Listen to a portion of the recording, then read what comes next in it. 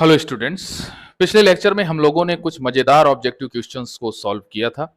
उम्मीद करते हैं कि वो आपको बहुत ही अच्छे से समझ में आए होंगे। उसमें हमने सभी एमसीक्यूज को बड़े ही अच्छे ढंग से डिफाइन किया था और आज हम लोग उसी सीरीज की अगली कड़ी को स्टार्ट कर रहे हैं।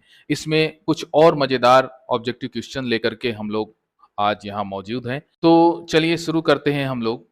पहला क्वेश्चन, जो पहला क्वेश्चन है वो आप स्क्रीन में देख रहे होंगे। On rubbing when a body gets positively charged and other negatively charge, the electrons transferred from positively charge body to negatively charge body are. इस क्वेश्चन में कह रहा है कि ऑन रबरिंग एक पॉजिटिवली चार्ज बॉडी से नेगेटिवली चार्ज बॉडी में electron का जो ट्रांसफर होता है वो इलेक्ट्रॉन कौन से होते हैं। ऑप्शन देखिए इसमें क्या दे रहा है। पहला ऑप्शन दे रहा है वैलेंस इलेक्ट्रॉन्स ओनली, दूसरा दे रहा है इलेक्ट्रॉन्स ऑफ इनर सेल्स और तीसरा दे रहा है both valence electrons and electrons of inner shell और फोर्थ ऑप्शन दे रहा है येट टू बी एस्टैब्लिश्ड। तो चलिए शुरू करते हैं हम लोग। फर्स्ट ऑप्शन को पहले हम लोग देखते हैं कि जो वैलेंस इलेक्ट्रॉन है ये क्या होता है। तो जो वैलेंस इलेक्ट्रॉन्स होते हैं वो किसी भी एलिमेंट्स के जो एटम होता है उसके सबसे बाहरी सेल में जो इलेक्ट्रॉन्स होते हैं उन्हें हम लोग वैलेंस इलेक्ट्रॉन कहते हैं और यही इलेक्ट्रॉन जो है ट्रांसफर होते हैं। इनर सेल के जो इलेक्ट्रॉन्स हैं वो ट्रांसफर नहीं होते हैं। बाहरी सेल के जो इलेक्ट्रॉन्स हैं जिसको हम वैलेंस इलेक्ट्रॉन्स बोलते हैं वही ट्रांसफर होते हैं। तो ऑन रबरिंग जब कोई भी पॉजिटिवली चार्ज बॉडी है और एक नेगेटिवली चार्ज बॉडी है तो पॉजिटिवली चार्ज बॉडी से नेगेटिवली चार्ज बॉडी में जब इलेक्ट्रॉन का ट्रांसफर होगा तो वो जो इलेक्ट्रॉन होंगे वो वैलेंस इलेक्ट्रॉन होंगे, ना कि इनर सेल के इलेक्ट्रॉन होंगे। तो आपको समझ में आ ही गया होगा कि ऑप्शन नंबर जो ए है इसका वो करेक्ट है। वो ऑप्शन नंबर ए इसका सही है। इस पर हमने टिक कर दिया। अब आइए देखते हैं हम लोग अपना नेक्स्ट क्वेश्चन। जो नेक्स्ट क्वेश्चन है वो आप स्क्रीन में देख रहे होंगे। What happen when some charge is placed on a soap bubble. इसमें कह रहा है कि क्या होगा जब कोई चार्ज किसी सोप बबल के कांटेक्ट में आएगा। तो इस कंडीशन में जब कोई चार्ज किसी सोप बबल के कांटेक्ट में आता है तो उस कंडीशन में जो चार्ज पार्टिकल हैं वो एक दूसरे पर रिपल्सन फोर्स लगाएंगे और इस रिपल्सन फोर्स के कारण जो आपका बबल है उसकी रेडियस इंक्रीज होगी। तो चलिए इसको हम लोग थोड़ा सा देख लेते हैं। मान लीजिए कि ये कोई एक बबल है जिस पर कोई एक चार्ज हम करीब कांटेक्ट में लाते हैं। उस कंडीशन में इस स्फेयर के चारों ओर चार्ज पार्टिकल यूनिफॉर्मली डिस्ट्रीब्यूट हो जाएंगे और जब ये चार्ज पार्टिकल इसके चारों तरफ डिस्ट्रीब्यूट हो जाएंगे उस कंडीशन में देखिए ये भी पॉजिटिव है ये भी पॉजिटिव है तो ये क्या करेंगे एक दूसरे पर रिपल्सन फोर्स लगाएंगे। इसी तरह से सभी चार्ज पार्टिकल एक दूसरे पर रिपल्सन फोर्स लगाएंगे जिस कारण इसकी जो रेडियस है वो इंक्रीज हो जाएगी।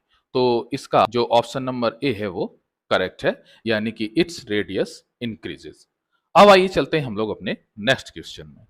अब आइए देखते हैं हम लोग अपना नेक्स्ट क्वेश्चन। जो नेक्स्ट क्वेश्चन है वो है 1 coulomb charge is equivalent to charge on how much number of protons. इसमें थोड़ा स्पेलिंग मिस्टेक हो गई है, इसके बीच में इज के बाद स्पेस आना चाहिए। खैर कोई बात नहीं है। 1 coulomb charge is equivalent to charge on how much number of protons. इसमें कह रहा है कि जो 1 कूलम आवेश है उस पर प्रोटॉनों की संख्या कितनी होगी। यहाँ पर जो टोटल चार्ज दिया गया है यानी कि जो क्यू की वैल्यू दी गई है वो दी गई है हमारी 1 कूलम और इसमें नंबर ऑफ प्रोटॉन्स हमसे पूछ रहा है यानी कि एन की वैल्यू पूछ रहा है। तो चलिए इस क्वेश्चन को हम लोग सॉल्व करते हैं। यहाँ पर जो टोटल चार्ज है उसकी वैल्यू जो दी गई है वो दी गई है 1 कूलम और हमसे जो है नंबर ऑफ प्रोटॉन्स पूछ रहा है यानी कि हमसे एन की वैल्यू पूछ रहा है। तो चलिए हम लोग फार्मूला लगाते हैं। ये फार्मूला आपने पढ़ा होगा, Q is equal to N into E. यहाँ पर Q की वैल्यू 1 है और N की वैल्यू हमें फाइंड करना है और E जिसको हम लोग एलिमेंट्री चार्ज बोलते हैं या आप यूं कहें इलेक्ट्रॉन या प्रोटॉन पर आवेश कहते हैं। इलेक्ट्रॉन के लिए -1.6 इंटू 10⁻⁻19 कूलम वैल्यू होती है और प्रोटॉन के लिए इतनी ही पॉजिटिव होती है। तो हमें जो है ईपी यहाँ पर हम लोग रखेंगे और उस कंडीशन में ईपी की वैल्यू रख देते हैं 1 is equal to N into 1.6 into 10⁻⁻19 coulomb. 10 to the power minus 19 coulomb. तो ये हो जाएगा हमारा, this implies n is equal to 1 upon 1.6 into 10 to the power minus 19। अब देखिए, इसको हम लोग सॉल्व कर लेंगे तो इसकी वैल्यू आएगी हमारी 6.25 इंटू 10 टू द पावर 18, जो कि ऑप्शन बी के लगभग इक्विवेलेंट है। तो हमारा जो ऑप्शन नंबर बी है वो हमारा करेक्ट आंसर है। अब आइए देखते हैं हम लोग अपना नेक्स्ट क्वेश्चन। जो नेक्स्ट क्वेश्चन है वो आप स्क्रीन में देख रहे होंगे। On charging by conduction mass of a body में, यानी कि इस क्वेश्चन में कह रहा है कि किसी भी बॉडी को चार्ज करने पर बाय कंडक्शन यानी कंडक्शन के थ्रू उसका जो मास है वो कैसा होगा। ऑप्शन में पहला ऑप्शन जो दे रहा है वो कह रहा है इंक्रीज, दूसरा ऑप्शन दे रहा है इंक्रीज और डिक्रीज, और तीसरा ऑप्शन दे रहा है डिक्रीज। यानी पहले ऑप्शन में कह रहा है कि जो उसका मास है वो इंक्रीज हो जाए यानी कि बढ़ेगा, दूसरे वाले में कह रहा है इंक्रीज और डिक्रीज मतलब बढ़ेगा भी या घट भी सकता है, और तीसरे ऑप्शन में कह रहा है कि उसका जो मास है वो डिक्रीज होगा यानी कि घट जाएगा, और चौथा ऑप्शन कह रहा है कि इनमें से कोई नहीं। तो देखिए, हमने पढ़ा है कि जो चार्जिंग के जो मेथड होता है, जो प्रोसेस होता है, एक प्रोसेस होता है चार्जिंग बाय फ्रिक्शन, यानी कि जब दो बॉडी को आपस में हम लोग रफ करते हैं तो उस कंडीशन में बॉडी पर कुछ चार्ज जो है जनरेट हो जाता है। तो उस कंडीशन में बॉडीज पर चार्ज जनरेट होता है। दूसरा जो तरीका है चार्जिंग का वो चार्जिंग बाय इंडक्शन होता है। इसी प्रकार से एक और टाइप होता है जिसे हम चार्जिंग बाय कंडक्शन बोलते हैं। तो इसमें क्या होता है कि इसमें एक न्यूट्रल बॉडी को भी आप ध्यान रखिएगा, जिसमें number of protons and number of electrons same होते हैं, उसे हम लोग न्यूट्रल बॉडी कहते हैं। तो एक न्यूट्रल बॉडी को जब किसी पॉजिटिवली चार्ज बॉडी से कांटेक्ट कराया जाता है तो उस कंडीशन में जो न्यूट्रल चार्ज बॉडी पर इलेक्ट्रॉन है वो पॉजिटिव चार्ज बॉडी की ओर अट्रैक्ट होंगे यानी कि उन पर फोर्स लगेगा। तो उस कंडीशन में जो इलेक्ट्रॉन है वो पॉजिटिवली चार्ज बॉडी पर चले जाएंगे। फॉर एग्जांपल देखिए, मान लेते हैं हम लोग कि ये कोई एक न्यूट्रल बॉडी है और ये एक बॉडी है जो पॉजिटिवली चार्ज है।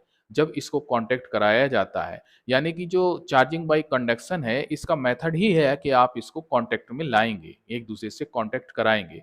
तो उस कंडीशन में जो ये न्यूट्रल बॉडी है इस पर जो इलेक्ट्रॉन्स हैं वो कांटेक्ट कराने पर इस पॉजिटिवली चार्ज बॉडी पर चले जाएंगे, जिस कारण ये न्यूट्रल बॉडी पर केवल और केवल पॉजिटिव चार्ज होगा, और इस कारण ये जो न्यूट्रल बॉडी है ये पूरी की पूरी पॉजिटिवली चार्ज हो जाएगी।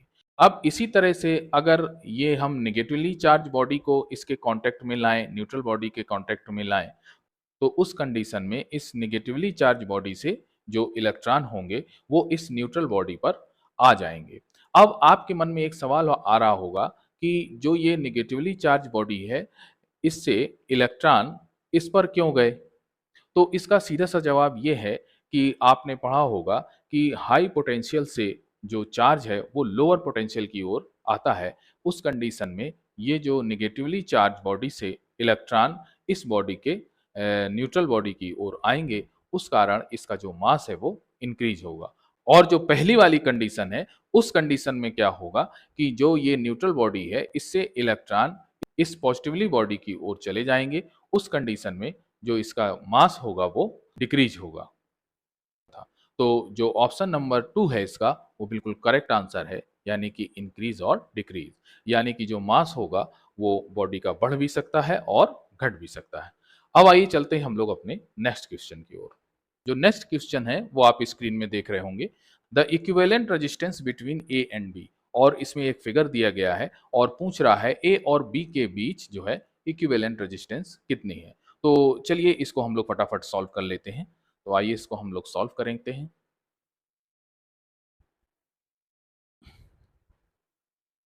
तो आप देख रहे होंगे फिगर में कि जो ये R है और ये वाला जो R है, ये दोनों रेजिस्टेंस सीरीज में है। तो उस कंडीशन में जो टोटल रेजिस्टेंस होगी वो आएगी हमारी इन दोनों से 2R, वो आएगी 2R। अब ये जो हमारा 2R है, ये वाला जो 2R है और ये वाला जो R है, ये पैरेलल में होगा। तो उस कंडीशन में इन दोनों के बीच में जो टोटल रेजिस्टेंस आएगी वो रेजिस्टेंस आएगी हमारी, आप सॉल्व कर लीजिएगा फार्मूले से, 1 upon R equal to 1 upon R one plus 1 upon R two से, तो वो आएगी वैल्यू 2R अपॉन 3। ये फाइनल रेजिस्टेंस हमने निकाली है 2R अपॉन 3। अब देखिए जो ये हमारी 2R अपॉन 3 है, 2R अपॉन 3 है, जो इस R और इस 2R से हमको मिली है, ये रेजिस्टेंस और ये वाली रेजिस्टेंस जो आप देख रहे हैं, ये वाली रेजिस्टेंस, ये फिर सीरीज में हो जाएगी। उस कंडीशन में जो टोटल रेजिस्टेंस आएगी इस 2R/3 और इस R के बीच, वो आएगी हमारी 5R अपॉन 3। आप सॉल्व कर लीजिएगा फार्मूला, वो आएगी हमारी 5R अपॉन 3। ये आ गया। अब देखिए जो ये है हमारा 5R/3, ये जो 5R/3 है और ये जो R है, ये होगी हमारी पैरेलल में। तो इन दोनों को जब हम सॉल्व करेंगे तो उस कंडीशन में जो टोटल वैल्यू आएगी रेजिस्टेंस की, यानी ए और बी के बीच, वो हो जाएगी हमारी 1 अपॉन आर ए बी। आइए इसका फार्मूला भी लगा लेते हैं।